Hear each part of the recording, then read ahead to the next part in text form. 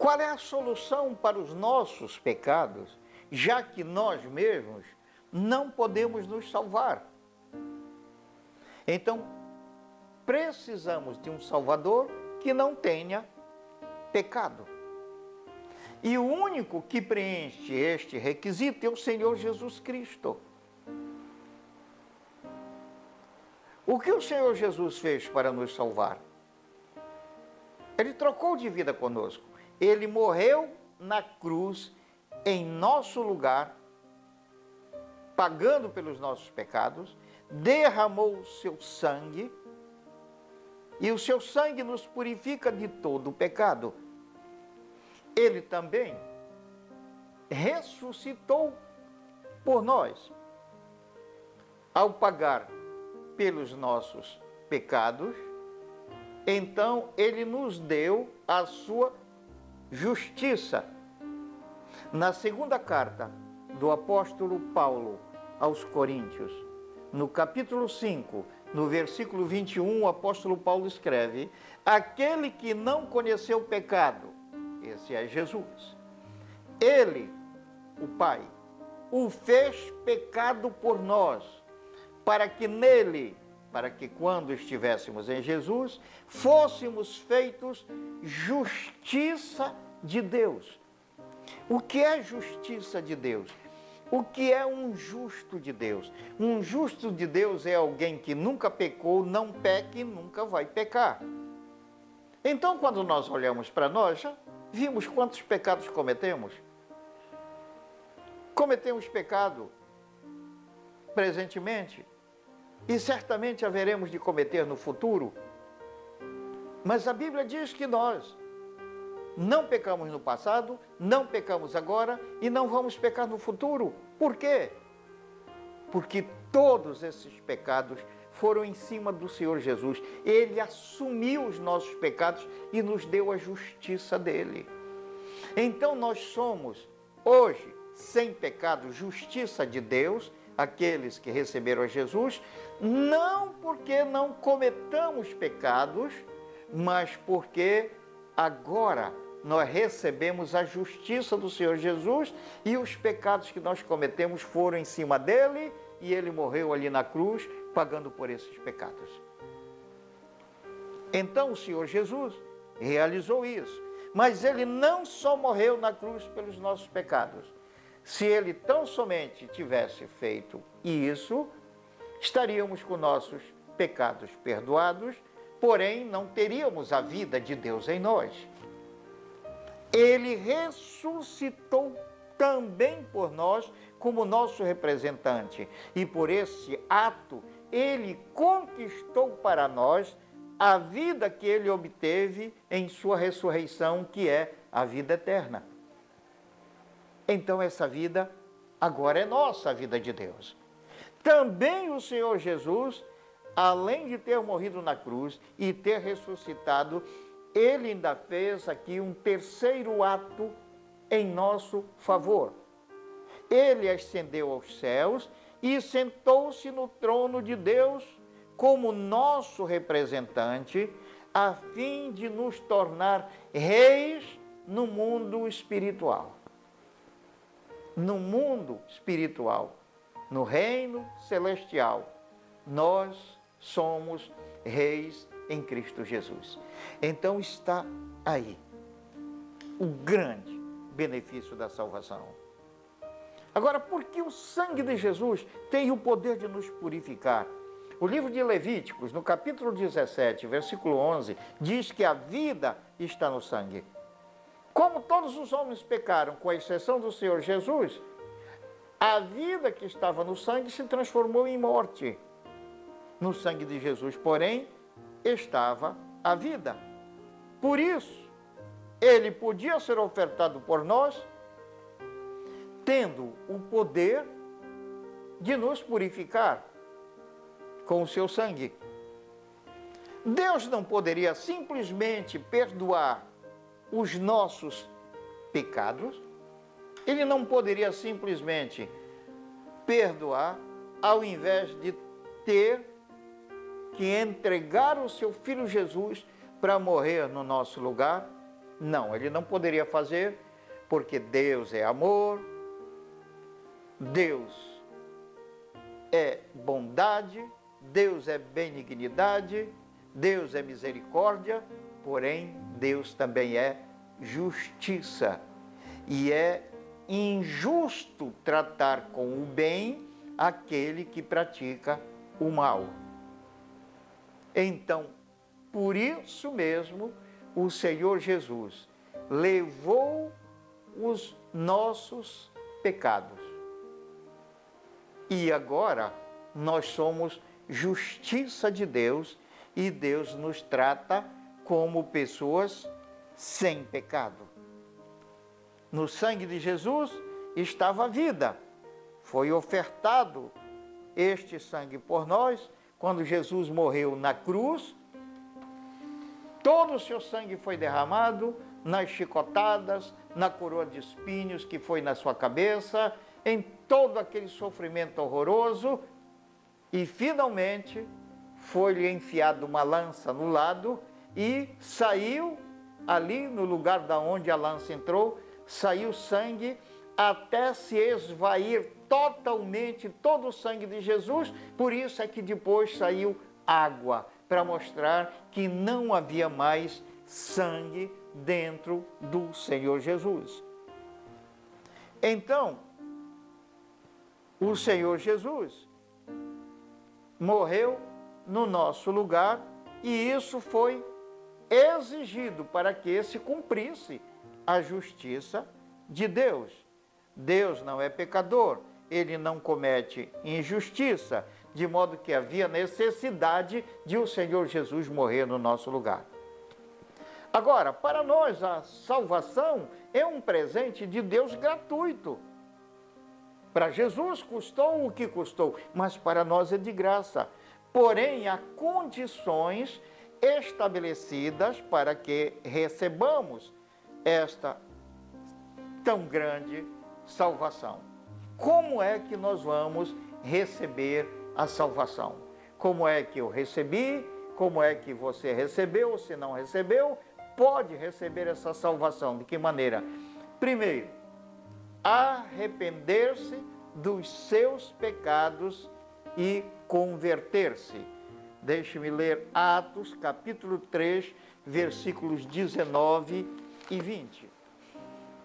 Arrependei-vos, pois, e convertei-vos, para serem cancelados os vossos pecados, a fim de que da presença do Senhor venham tempos de refrigério e que envie Ele o Cristo que já vos foi designado, Jesus. Quando nós nos arrependemos e convertemos, o Cristo nos é designado. E os nossos pecados são cancelados. E virá então para nós a salvação, o tempo de refrigério. Então, o primeiro item para receber a salvação é arrependermos de nossos pecados e convertermos a Cristo. Depois, logo a seguir, vamos explicar o que significa arrependimento dos pecados e o que significa conversão. O segundo item para receber a salvação é receber a Jesus como nosso único e suficiente Salvador. Terceiro item para recebermos a salvação é receber a Jesus como nosso único Senhor. E quarto item para recebermos a salvação, para se completar a justiça de Deus na nossa vida, é necessário sermos batizados nas águas depois de termos nos arrependido dos nossos pecados e recebido a Jesus como Salvador e Senhor. Então, estes 4 itens é que são os pré-requisitos para recebermos a salvação. Mas vamos ver agora o que é o arrependimento de pecados e o que é a conversão. A palavra arrependimento vem do grego, língua em que foi escrita o Novo Testamento. A palavra é metanoia. Significa mudança de mentalidade. Mas que mudança de mentalidade é essa? É a mudança da mentalidade que Adão adotou e que passou para toda a sua descendência para a nova mentalidade. Qual foi a mentalidade de Adão? Viver para si mesmo. Cada ser humano procura viver para si mesmo. E a mudança de mentalidade é que agora devemos viver para Deus e não para nós mesmos. Reconhecemos pela palavra de Deus que vivendo para nós mesmos a nossa vida acaba sempre em desgraça, maldição, dificuldades sem conta. Ao passo que quando nós vivemos para Deus, é quando então a salvação se opera em nossa vida e recebemos todas as bênçãos da salvação. Quando reconhecemos esse brutal erro que Adão cometeu, estamos manifestando uma mentalidade oposta à mentalidade de Adão. Isso é o arrependimento de pecados.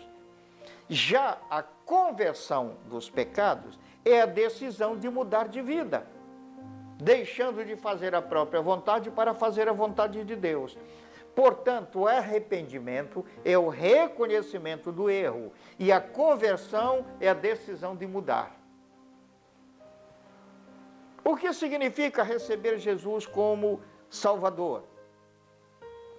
Significa que cremos que Ele, ao pagar por nossos pecados, nos deu tudo o que pertence a Ele. Vamos ler aqui a carta aos Romanos, capítulo 8, versículo 17. Ora, se somos filhos, somos também herdeiros, herdeiros de Deus e co-herdeiros com Cristo. Se com Ele sofremos, também com Ele seremos glorificados. Somos herdeiros de Deus e co-herdeiros com Cristo.